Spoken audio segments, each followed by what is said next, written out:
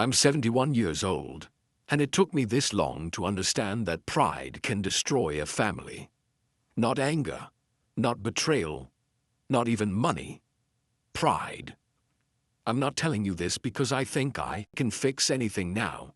Most of what I broke is already buried in years that won't come back. I'm telling you because when you get to my age, the noise falls away. The promotions, the arguments, the little victories you once defended like they were life and death. None of it matters much when the house is quiet. And my house is very quiet now. I used to think pride was a good thing. A man should have it. That's what my father told me. Stand your ground. Don't let anyone disrespect you. Don't bend too easily, or people will walk all over you. I carried that advice like a shield.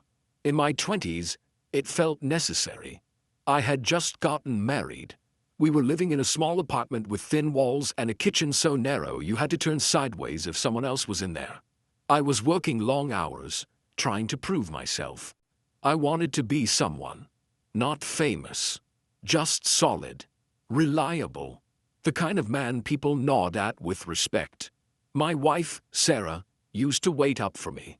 She'd sit at the little table by the window, even when it was late. Sometimes she'd fall asleep with a book in her lap. I would see her there and feel something warm in my chest, but I didn't say much about it. I was tired. I told myself love didn't need constant words. When she complained that I was working too much, I heard criticism. "You're never home," she'd say quietly. "I'm doing this for us." I'd answer.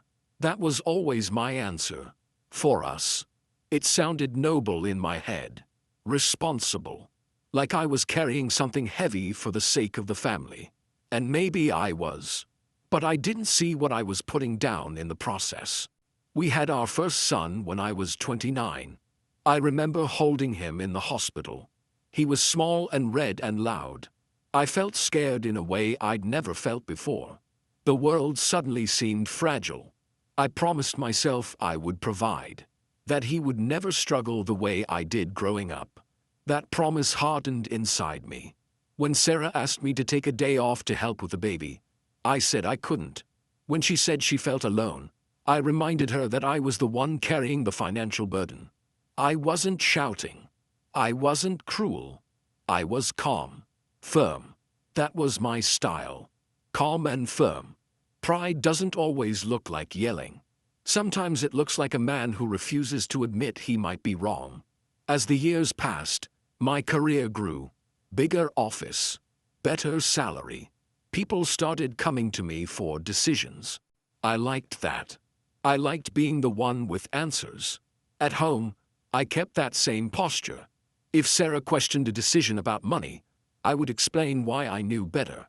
If she suggested we move closer to her parents, I dismissed it. My job is here, I'd say. Be realistic. Realistic. That word became a wall between us. I didn't notice the small changes at first. She stopped waiting up at the table. She went to bed earlier. We talked about schedules, groceries, school forms, practical things. Our son grew up quickly. Then our daughter came along. The house was fuller, noisier. Toys on the floor. Drawings on the fridge. I was proud of that too. Look at what I've built, I'd think. But I wasn't building it alone. I just acted like I was. There were moments I still remember clearly. My son once asked me to come to his school play. I had an important meeting that evening. I told him I'd try. I didn't go. When I came home, he was already asleep. The next morning, he didn't mention it. Neither did I. I told myself children forget these things. They don't. My daughter used to bring me her drawings. I'd glance at them while answering emails. That's nice, I'd say, without really looking. I thought being present in the house was enough. I didn't understand that you can be in the room and still be absent. Sarah tried, in her own way, to reach me. Sometimes she'd say, "I miss you." And I'd feel offended. "I'm right here," I'd reply. But she wasn't talking about my body. She was talking about my attention. my softness. The part of me that had slowly closed up. Pride convinced me that apologizing would make me smaller, that admitting I was wrong would weaken my authority. I thought if I gave an inch, I'd lose control. So I held my ground on everything. Little arguments turned into long silences. If she said something that hurt me, I would withdraw, not dramatically, just quietly. I'd go into my office and stay there. I wouldn't chase after her. I believed it was her responsibility to come back and make peace if she was the one who started it. It became a pattern. Two strong wills, but only one willing to bend. Years passed like that. Not terrible, not explosive, just slightly off. Like a door that doesn't quite close properly. Then came the first real crack. Our son, by then in his 20s, told me he wanted to pursue a career I didn't respect. It wasn't stable. It wasn't practical. I had worked too hard for him to throw away security. We argued in the kitchen. I remember the look on his face. He wasn't a boy anymore. He was a man, standing across from me, asking for understanding. "You don't get to control my life," he said. I felt something rise in me. A heat. Not just anger. Fear. "I know what's best," I told him. That was the sentence that pushed him away. He moved out soon after. The calls became less frequent. When we did speak, it was polite, careful, like two colleagues, not father and son. Sarah blamed me. "You never listen," she said one night, her voice tired. "I'm trying to protect him." I insisted. "No," she said softly. "You're trying to protect your pride." I didn't answer her, because part of me knew she was right, and I couldn't admit that. The turning point came when Sarah got sick. It wasn't dramatic at first, just fatigue. Some pain she brushed off. We thought it was stress. Then the tests came back. Cancer. I remember sitting in the doctor's office, staring at the floor. The room felt smaller than that old apartment kitchen. The doctor was talking, explaining treatment options, percentages, timelines. All I could think was, I didn't say enough. I didn't soften when I had the chance. In the months that followed, the house changed. The arguments stopped. The silence was different now. Heavy. Fragile. I tried to help more. Cooked meals. Drove her to appointments. Sat beside her in the evenings. But there was a distance I couldn't cross. One night, when she was too weak to get out of bed, she looked at me and said, "I just wanted you with me. Not above me. Not ahead of me. Just with me." There was no anger in her voice. That made it worse. I wanted to tell her I was sorry. The words formed in my throat, but they felt unfamiliar, like a language I had refused to learn. "I thought I was doing the right thing," I said instead. She nodded gently. "I know." That was her way. Always kinder than I deserved. She passed away the following spring. The house became unbearably quiet after that. Our daughter visits sometimes.